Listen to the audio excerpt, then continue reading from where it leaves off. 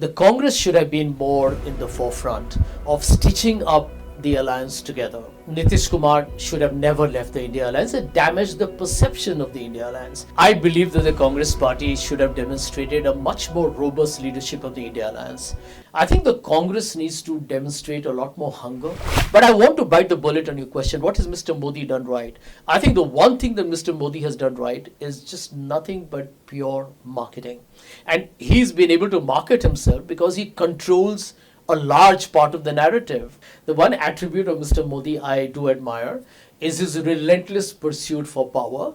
I don't agree with the Sam Dam Dand Bhed politics at any cost, but I do believe that in politics you should enter it to win, and you should not enter just to be a contestant. Fearless. I think that is the key to me for a healthy democracy, where you can criticize the government, write an article challenging the Prime Minister, go on television shows and really go on and say, I think this is pathetic, and not worry about a consequence. I'm glad you brought up writing of an article criticizing somebody. Yeah, that's what got me into trouble with the Congress. That's what got him into trouble with the Congress party, not with the BJP.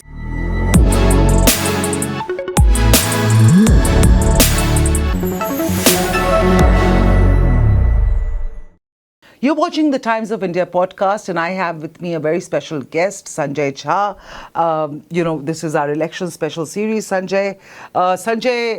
Viewers needs no introduction. He is a very veteran across respective TV channels. Prime time, his face is splashed across most channels.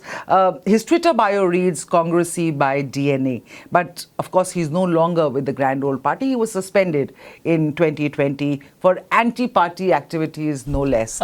But his heart still beats for the Congress. Now his new book is out, viewers, and it's called 2024 India in a Free Fall, published by HarperCollins. Now, Sanjay, I want to start with your book, Free Fall. Pessimistic? I would say real, because, behind, all the razzle-dazzle of politics, the hype, the hoopla, the propaganda, the PR and the publicity, my writing of the book is essentially driven by the fact that there are so many realities of India that never make it to the prime time front pages. And I think at the end of the day, the story of India is beautiful, but it's complex. It's enchanting, but it's complicated. And it's important to unravel the truth behind it all. So what I have talked about is incidents and episodes. It talks about electoral bonds, talks about Bilkis Banu. We look at are institutions healthy? At the end of the day, are people really living in a country which calls itself the mother of democracy without any fear? Okay, I would take, I would agree that we are the mother of democracy, and you would say we are possibly a work in progress still? Is that what you would say? I would say it's a work in progress, but some of the recent happenings... But who said mothers know everything? Mothers are also work in progress. Ask any mother. Ask any young mother today. And she will say she's just trying to get it right. So, mother of democracy, I think, essentially comes from the fact that we are such a large country. So but Aditya, let me just tell you this, that when you are going to propagate to the rest of the world, that we are the mother of democracy, we are the beacon, the epitome of free speech and civil liberties and freedom of expression, which you are not, because people are actually today so scared to criticize the government. They are in fact becoming victims of political vendetta. You're seeing what's happening to the opposition. We are seeing how think tanks and various other civil society professionals are being harassed. I think India has got a lot to worry about. India's got a lot to worry about, you say. Okay, tell me, the glass is not always half empty. So tell me what's the full glass, because there are a lot of leading institutions of the world, and I'm going to come to the book. No, don't worry about that. Sure. I just want to dwell on this a little. What are the good things about India? I'm sure there's something right that we are doing, that there are leading global institutions across the world who are also appreciating India. Well, let me tell you, I think if you look at India's history, I don't think it's built by any one particular party or government, number one. So whatever we have done, today people talk about the Silicon Valley being invaded by Indians. Did these IIT brilliant software titans Did they happen overnight or they happened over decades? You look at India becoming a bigger economy, for example. Mr. Modi keeps talking about 5 trillion economy, third largest, blah, blah. Did that happen in the last 10 years? The answer is no. These are cumulative. They are basically, what I call as the accumulation of the good work done over decades. So I think my problem with the way this government has gone about things is to appropriate all the credit, try and rewrite your history, blame the opposition or the past for every mistake that has happened, and appear as if we are infallible superheroes, which you're not. I agree with you that nobody is an infallible superhero, especially in a very noisy democracy that like what we are. Yeah. Having said that, let's also appreciate the fact that Modi remains unbelievably popular. And I'm not just saying popularity by way of people liking him, popularity by way of people trusting him. And opinion poll after opinion poll in India or global opinion polls have continuously talked to that fact. He must be doing something right. Well, Aditya, let me pose it to you a little differently. We are sitting away from America, right? Donald Trump is today considered to be the front runner to become the next American president, going by current opinion polls. I can tell you outside of America, everyone believes America is going to make a mistake by electing him back. So here is the point. That end of day, Mr. Modi may be popular. He might even come back. I don't know. Let's see. But here is the reality. Can anybody deny that you have a prime minister who hasn't gone to Manipur despite several months, 8-9 months, where you had ethnic violence, people died over hundreds, and many are still homeless, and the problems, by the way, continue to simmer. You have champion women wrestlers protesting in the heart of Delhi on a sexual harassment case against, by the way, a BJP leader. No one gives them a hearing. I mean, think about the speech that Ramesh Biduri made in the new parliament. It vilified an entire community of people in this country. Was that fair? I mean, there are fundamental issues here. You are targeting the opposition as if everybody out there is a criminal, when everybody in the BJP is part of that great LG, Samsung, or the BJP washing machine. What prompted this book at this time when elections are around the corner? I'll tell you something. I mean, obviously, I stopped, shall we say, thinking about the election as being the simple criteria for me to write the book. I started by writing the book about the issues that I felt very deeply about. Right. And therefore, it culminated in the book and the publisher choosing to get it right by actually timing it before the elections. But that is providential, actually. It's more like a coincidence. But here is, Aditi, my point. Let's take a simple example. It's a recent development. Electoral bonds. All of us in this country worry about corruption. You will agree that in 2014, the Congress was voted out on alleged corruption charges. Here is the truth, that the Supreme Court of India strikes down electoral bonds, saying it's unethical, unconstitutional, and therefore illegal. You have Mr. Modi's government that brought in this law, opaque. I think the people of this country have a right to know, are there quid pro quo deals? Do we have a big industrialist who's benefited? There are serious charges, right? On the Adani issue is a big issue that still hasn't concluded. Here is my point. The State Bank of India, which reports to the Finance Ministry, goes to the Supreme Court a couple of days before they're supposed to disclose the names of the donors and says, we need time till June 30th, till after the elections. It's so brazen. It's so in your face attempt to try and hoodwink the people. That's what bothers me about Mr. Modi's government. It seems to have taken it like, some kind of hubris or, arrogance where they believe they're going to win every election. They can do what they want. And that's what my question to you was. What is he doing right? I think what he's doing right is that he's managed to create this whole halo or It can't perception. just be persona. It can't just be persona. It can't just be PR. Well, let me put it across like this to you, Aditi. In my opinion, no prime minister or no president in any democracy, in a Western democracy, would have survived not going to Manipur for so many months, allegations on Adani, electoral bonds, subversion of institutions. I mean, look at what Mr. Modi has done. The selection of the Chief Election Commissioner, you have got to remove the Chief Justice of India and put a cabinet minister. I mean, this is such an open attempt to manipulate even the Election Commission. The credibility of independent constitutional bodies is withered. But I want to bite the bullet on your question. What has Mr. Modi done right? I think the one thing that Mr. Modi has done right is just nothing but pure marketing. And he's been able to market himself because he controls a large part of the narrative. You see, when you are able to influence public opinion using your power, you are able to control the narrative. Because in my opinion, I can tell you this, that, and while I will come to mention something about the opposition as well, I do feel that Mr. Modi has had, frankly, a clean chit because he controls the mechanisms through which information is distributed to the common man. When you say marketing, it can't just be marketing. There's no doubt that a large number of people were lifted out of poverty during the UPA era. Yeah. No doubt at all. And everybody acknowledges it. Yeah. What's the reluctance to admit that a similar large number of people have been taken out of poverty over the last 10 years? Data for both has been supplied by World Bank, by IMF, by Oxford University, and what have you. I'm glad you asked me that, Aditi, because I can tell you that I do not buy the numbers issued by the NITI Aayog. The GDP figures, ask any economist, they will tell you it looks inflated.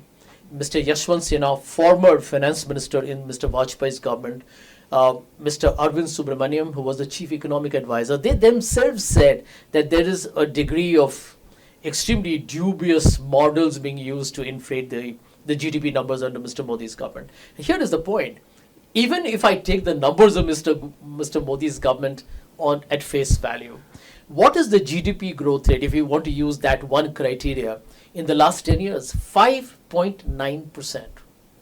Compared to UPA, 7.8%. Here's the second data, which is very interesting. There was a pandemic in between. Aditi, let me give you an answer to that. There was a pandemic, but during the time of the UPA, there was what is called as the Great Depression, the mortgage crisis that plunged the entire world into a collapse. No doubt. So I think it's even Stevens. But here's the other data. Why are the farmers out on the streets today? Second time. Why are the young unemployed? Why are small businesses suffering? Stock markets may be booming, right? But why are the fundamental large sections of India losing out on the India story? There's a reason. The growth between 2019 till now is barely above 4%. So, all this hype being created, we're going to be a 5 trillion economy. Frankly, I have said so on channels, and I'll tell you now, anybody who's a prime minister who does not do demonetization will see India reach 5 trillion and become the third largest. Because it's like, hey, I've already scored 190 runs. I am going to score 200. So you're saying that in the last 10 years, nothing has happened. Whatever's happened before 10 years is what is propelling us towards the 5 trillion. And the last 10 years doesn't. It's slightly, a stretch to believe that. Yeah, I will tell you what. It has grown. It has grown from 2 trillion to 3.75. It should have grown, in my opinion, by now to a bigger number. Don't forget, Mr. Modi's government told the people of India that we will get to this 5 trillion number in 2024.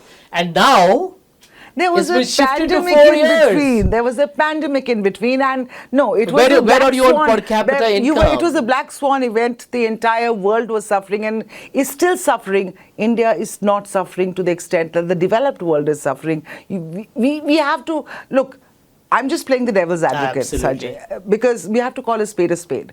And while pessimism is good, and it's essential in a democracy to question the authorities. I, for one, am a great believer of a strong opposition that this country needs to have.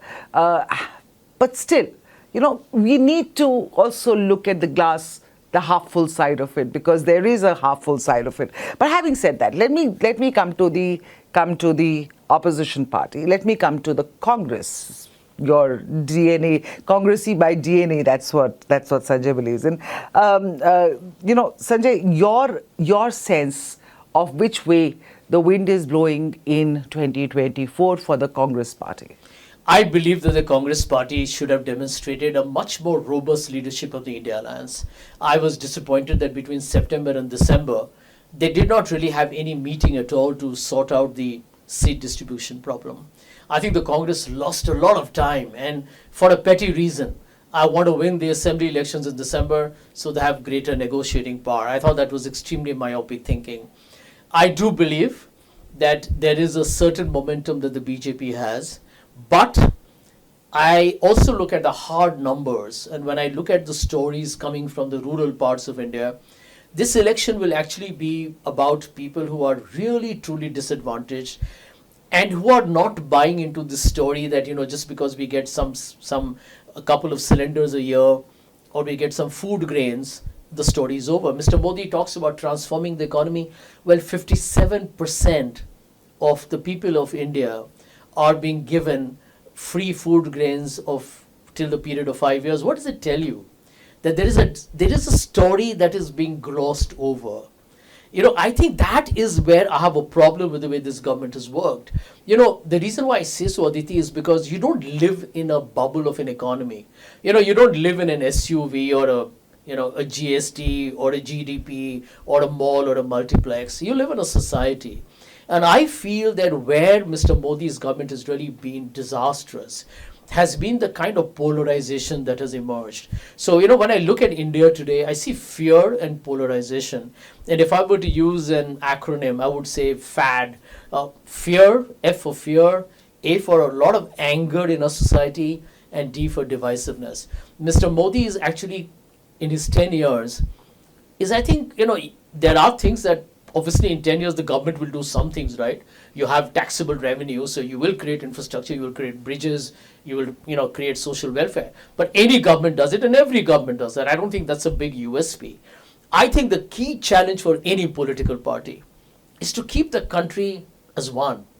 Remove any fissures or divisions. And you think the India Alliance will be able to do that with Congress at its helm? I'm bullish. I'm very bullish that I think everyone in the opposition has learned. And I agree that the opposition could have done a much better job. I mean, losing Nitish wasn't a great act of wisdom on the part of the India Alliance.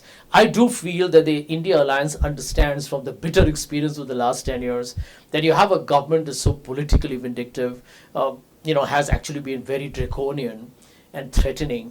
So they do realize that you need to huddle up and ensure that, we can all live and criticize the government, be fearless. I think that is the key to me for a healthy democracy, where you can criticize the government, write an article challenging the Prime Minister, go on television shows and really go on and say, I think this is pathetic, and not worry about a consequence. I'm glad you brought up writing of an article criticizing somebody. Yeah, that's what got me into trouble with the Congress. That's what got him into trouble with the Congress party, not with the BJP. I want to talk to you about the India Alliance only at this time.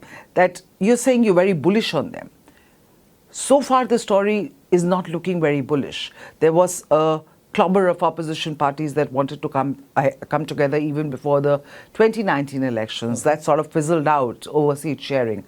Similar signs are visible even now. Yeah, I agree with that. I think, as I said to you earlier, the Congress should have been more in the forefront of stitching up the alliance together. Because I think the party, which is the linchpin of the entire alliance, has to be more large-hearted, magnanimous and flexible. The Congress, in my opinion, should have done infinitely better. Nitish Kumar should have never left the I.N.D.I.A Alliance. It damaged the perception of the I.N.D.I.A Alliance. So I do believe that where the BJP is concerned, obviously they have been in power. They have got the resources.